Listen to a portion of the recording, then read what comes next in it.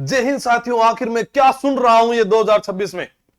हाँ, दिल दहलाने वाली खबर आपके बीच आ चुकी है कि सीईटी के अंदर इस बार क्या क्या होगा। प्री भी होगा, मेंस भी होगा, और उसके बाद मैं बता रहा हूं पेपर इस बार कहां से बनने वाला है। डीआरडीओ बना रहा है क्या सर, या फिर कोई सरकार बनाने जा रही है? डरने की कोई बात नहीं है गाइज। सभी को नव वर्ष की हार्दिक शुभकामनाएं। अंग्रेजी नव वर्ष है, लेकिन हमारा हिंदी नव वर्ष भी जरूर आएगा और जल्द आएगा। हम बात करते हैं सीईटी एग्जाम की, क्योंकि क्या प्री और मेंस, क्या यहां पर सीधा प्री और मेंस करने के बाद में आपको आरएस बना दिया जाएगा, आरटीएस बना दिया जाएगा? क्या होने वाला है? बहुत सारे विद्यार्थी कंफ्यूज थे, लेकिन कंफ्यूज नहीं होना। पहले तो चेहरे पर एक अच्छी सी स्माइल लेकर आइएगा और उसके बाद खुद को विश्वास दिलाइएगा कि जिसने पहले कुछ करके दिखाया था सीईटी में, और इस बार मैं कुछ करके दिखाऊंगा सीईटी में। हाँ, क्योंकि पहले खुद पर विश्वास होना जरूरी है। अगर वो नहीं हुआ तो फिर बातें तो आप कहीं से सुन सकते हो ना। तो बात करते हैं, यहां पर 2 परीक्षाएं होगी। नियम क्या है 60% वाला, आइए बात करते हैं। कि अखबार में हमारे पास एक न्यूज आई थी। जो साथी टेलीग्राम पर नहीं जुड़े हुए हैं, वह अपना छोटा सा एक परिवार है हंसता खेलता, इसमें आप जुड़ सकते हैं और उसके बाद आप लगातार अपनी तैयारी को जारी रख सकते हैं। सीईटी भी 2 चरणों में प्री व मेन एग्जाम संभव, न्यूनतम 60% हो रहा है। पिछली बार क्या हुआ था कि जब 40% का नियम था और नेगेटिव मार्किंग है नहीं, लेकिन उसके अंदर एक ई ऑप्शन, जो 5वां ऑप्शन था, उसके कारण भी लगभग 5-6 लाख विद्यार्थी फेल हो गए थे। या मैं कहूं कि 20 लाख विद्यार्थियों ने भाग्य आजमाया था, तो लगभग 10 लाख विद्यार्थी जो है वही पास हुए थे। लेकिन इस बार और भी सख्ती से नियम लागू कर दिए जाएंगे कि केवल और केवल जो योग्य विद्यार्थी हैं, जिन्होंने ये ठान लिया कि मुझे पहली बार में सफलता लेनी है, या मैं सफलता के इस पड़ाव में अंतिम छोर पर खड़ा हूं, चाहे मैं आगे किसी भर्ती में आवेदन कर पाऊंगा या नहीं कर पाऊंगा, या मैं ओवरेज हो जाऊंगा, उनके लिए यह है कि आपके पास लास्ट ऑप्शन है कि आप जो है अच्छे से तैयारी करें और नौकरी लग जाए। यहां पर यह लिखा हुआ है कि यहां पर जो है, जैसे यहां लिखा था कि अब सीईटी एग्जाम भी 2 चरणों में करवाया जाएगा। सीईटी प्री व सीईटी मेन के बाद पात्र माना जाएगा। न्यूनतम जो नंबर है वो 60% रख सकते हैं। इस संबंध में चयन बोर्ड जल्दी अंतिम निर्णय लेकर सीईटी की प्रक्रिया शुरू करेगा और उसके बाद में सीईटी 2024 की पात्रता फरवरी 2026 में समाप्त होगी। जो पुरानी वाली है, 17.95 लाख अभ्यर्थी आगामी भर्ती परीक्षाओं के लिए अपात्र हो जाएंगे। आप देखिएगा 18 लाख विद्यार्थी, ठीक है, सीईटी 10+2 और स्नातक स्तर के दोनों के जो है 18 लाख विद्यार्थी इसमें अपात्र हो जाएंगे, और इनमें से ही लगभग जो है 1 लाख विद्यार्थी हैं वो सरकारी सेवा में भी लग जाएंगे। ये भी बड़ी बात है, क्योंकि कोई पुलिस में लग जाएगा, कोई चतुर्श्रेणी कर्मचारी में, कोई पटवार में, कोई वीडियो में, कोई जूनियर अकाउंटेंट, कोई संगणक, कोई महिला पर्यवेक्षक, कोई जमादार, या फिर कोई वाहन चालक भर्ती के अंदर, या फिर मैं बात करूं यहाँ पर प्लाटून कमांडर की, ये सारी भर्तियां, या एलडीसी भी आप शामिल कर सकते हैं, वो सारे लग जाएंगे। अब क्या है कि न्यूनतम उत्तीर्णांक जो है वो 60% करने के साथ ही सर्टिफिकेट की पात्रता 3 साल की जा रही है। सीईटी भी प्री व मेन परीक्षाओं को 2 चरण करवाए जाएंगे, ठीक है। स्क्रीनिंग होने से भर्ती परीक्षाओं में अभ्यर्थियों की संख्या सीमित हो पाएगी। भर्ती परीक्षाओं में बढ़ते अभ्यर्थियों के कारण स्क्रीनिंग के लिए सीईटी 2024 में सीनियर सेकेंडरी व स्नातक स्तर की परीक्षाओं का सितंबर 2024 में आयोजन हुआ। रिजल्ट फरवरी में आया। सीईटी में 40% रखने के कारण जो है 11.64 जो मैंने आपको बताया था, लगभग 10 और इधर 8.70 लाख अभ्यर्थियों ने पात्रता हासिल की थी, यानी करीब 75% पात्र हुए थे।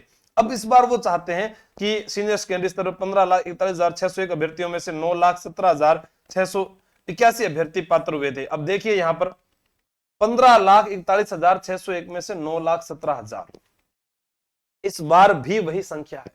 ये जो है संख्या नहीं बदलने वाली है। ये तब तक नहीं बदलेगी जब तक वो लड़के जो आज मानते हैं कि मैं बेरोजगार हूं तो वो अपराध की ओर जा रहे हैं, वो लड़के जो नशे की ओर जा रहे हैं, वो लड़के जो इस उम्र की चंचलता के कारण जो पढ़ नहीं पा रहे हैं, जिन्हें लग रहा है कि जीवन अभी तो बहुत आसान है, कुछ नहीं, आगे कर लेंगे, परसों कर लेंगे, अगले दिन कर लेंगे। लेकिन आपने टेलीग्राम पे देखा होगा 20-20 साल की उम्र में लड़के नौकरी लगे। कोई पटवारी बन गया 20 साल की उम्र में, कोई पुलिस वाला बन गया। तो फिर आप घर बैठे क्या कर रहे हैं अब तक? और मैं आपको ये कह रहा हूं कि जनवरी के अंदर अभी जब चतुर्थ श्रेणी कर्मचारी का रिजल्ट आएगा, आप आंखें नहीं मिला पाओगे अपने आप से, क्योंकि जब 10,000 पुलिस वाले और ये पटवारी और वीडियो के लोग जब जाएंगे और जेल प्रेरी वाले लोग जब जाएंगे, तो आपके आसपास, आपके गांव में, ढाणी और मोहल्ले में वो आपसे एक बात कहकर जाएंगे, देख भैया मैं तो लग गया नौकरी, और कॉलर को ऊपर करते और फिर निकलेंगे घर से। और जब 4th ग्रेड वाले अधिकारी निकल गए अपने, उसके बाद आप देखो, आप अपने आंखों के सामने शर्मिंदा होंगे कि यार मेरे पास इतनी डिग्रियां हैं, मेरे पास में इतना नॉलेज है, फिर भी मैं कुछ लग नहीं पाया। अब कोई कहेगा कि सर वो नौकरी के लिए हम बने ही नहीं है। बिल्कुल मन को दिलासा ऐसी दी जाती है, जो चीज हमें खाने को नहीं मिलती है, अंगूर खट्टे ही लगते हैं साहब। इसलिए कोई भी नौकरी है वो छोटी बड़ी नहीं है, आपके पास ऑप्शन है कि आप एक नौकरी में लगने के बाद दूसरी में जा सकते हैं, अगर आप में काबिलियत है तो पहले वाली ज्वाइन तो करो। या फिर वो कहते हैं ना कि मैं समुद्र पर जाकर लोटा पानी का फेंक आया, तो वो 2 बूंदे फेंक आया, यानी वो होना चाहिए आपके पास में कि हाँ मेरे पास था सब कुछ लेकिन मैं उसको छोड़ आया। वो भी एक आपके अंदर जो है कि मोटिवेशन होना चाहिए कि मैं दूसरी के लिए बनाऊं तो मैं पहले वाले लगकर तो दिखाऊं घर वालों को। तो अभी जो सीईटी की तैयारी करने वाले विद्यार्थी हैं उनके लिए आपके पास में ऑप्शन है कि जो विद्यार्थी तैयारी कर रहा है उसके पास 2 चीज होनी चाहिए। एक तो वो 12वीं पास होना चाहिए, चाहे वो कैसा भी विद्यार्थी है, किसी भी सब्जेक्ट से है। दूसरा, एक आप जो है स्नातक स्तर की परीक्षा आपने जो है पास कर ली है या आप उसके अंदर है। तो ये 2 चीज आपके पास होनी चाहिए वर्तमान के अंदर, और आपकी आयु जो है वो 18 वर्ष अगर हो चुकी है। अब इसके आगे तो जो है 18 से कोई 40 वर्ष वाली भर्ती भी आती है, कोई 21-25 वाली भी आती है, कोई 28 वाली भी आती है, वो तो विज्ञप्ति के अनुसार होता है, लेकिन 18 वर्ष वाला विद्यार्थी तैयारी कर सकता है। अब तैयारी के अंदर आपको सीईटी में क्या क्या पढ़ना पड़ता है, अगर आप ये सोच के अगर तैयारी करना स्टार्ट करें तो मैं आपको बता दूं, आपको हिंदी, अंग्रेजी सबको मालूम भी है, फिर भी क्या पता कोई नए साथी हो, मुझे बताना जरूरी है।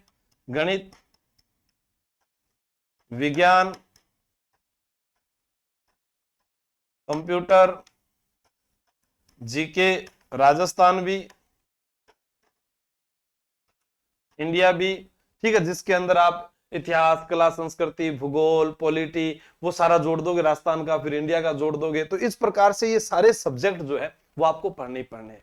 अब यहां पर आपके पास में रीजनिंग का विषय भी आ जाता है, लेकिन ठीक है ये भी आप सीख जाओगे। लेकिन आपको मुख्य जो अभी इस परीक्षा में आगे की सफलता के लिए, जैसे मान लो किसी का लक्ष्य है कि मुझे एलडीसी बनना है, मुझे पटवार बनना है, या मुझे वीडियो बनना है, जो फिजिकल फिट नहीं है या जिसको लगता है कि हम इसके लिए बने हैं, या फिर कोई जूनियर अकाउंटेंट के लिए बना है, तो उस विद्यार्थी को कम से कम इस विषय पर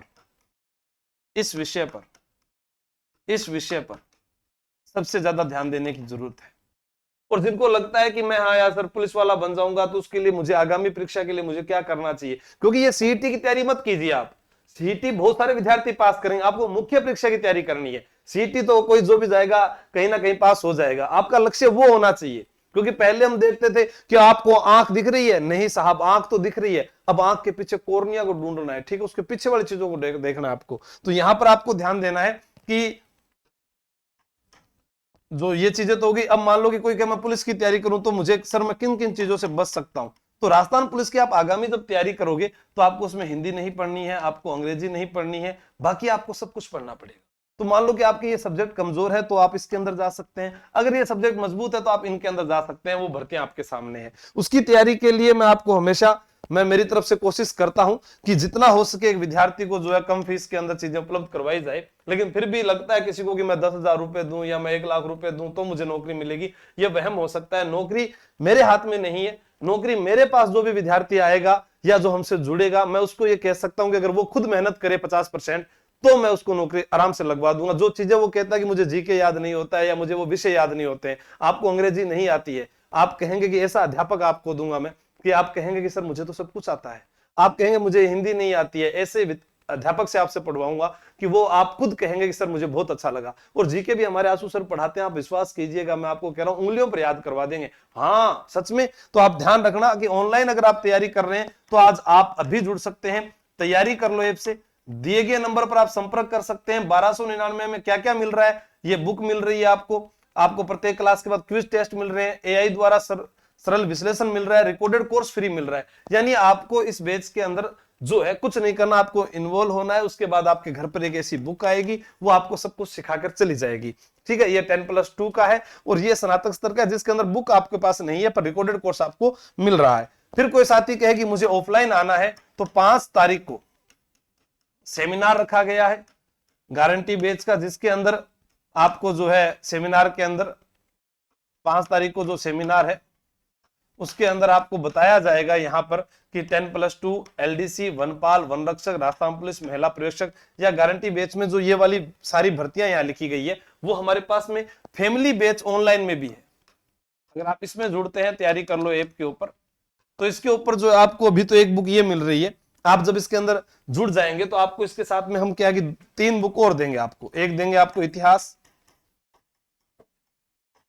कल्चर और भूगोल, ताकि आपको नोट्स ना बनाने पड़े। और ये एनसीईआरटी की एक 13,113 प्रश्नों की एक बुक देंगे जो माध्यमिक शिक्षा बोर्ड और जो गत वर्ष की परीक्षाएं हैं हुई है उनके जुड़े हुए सारे प्रश्न मिलेंगे। तो ये जब आप कोर्स में जुड़ जाओगे तो आपके पास में टीम संपर्क करेगी, आपको एक इतिहास, कल्चर और भूगोल 3 किताब ये और एक ये 4 किताबों का सेट आपके घर भिजवाया जाएगा। ये मैं आज 9 वर्ष पर घोषणा कर रहा हूं, ठीक है। तो ये ध्यान रखना कि 4 बुकों का सेट आपको मिलेगा। ये इसके ऊपर आपको विशेषकर ध्यान देना है, जो आगे नेक्स्ट कोर्स में भी आपको बता दिया जाएगा। फिर इधर ये जो बैच है इसमें आपको 9 बजे आना है। 5 जनवरी को चाहे आपके मम्मी पापा आए, आपके साथ कोई भी आए, आप आइएगा जरूर, मिलिएगा जरूर। हो सकता है कि अगला रास्ता आपको नजर आए। जो विद्यार्थी अभी आ चुके हैं जयपुर के अंदर, वो अपना जो हॉस्टल है या अपना रूम है वो आके आप अपना सेट कर लीजिए, क्योंकि बाद में एक साथ भीड़ आने पर जो है वो चीजें महंगी हो जाती है। धन्यवाद। जय हिंद, जय भारत, बेस्ट ऑफ लक।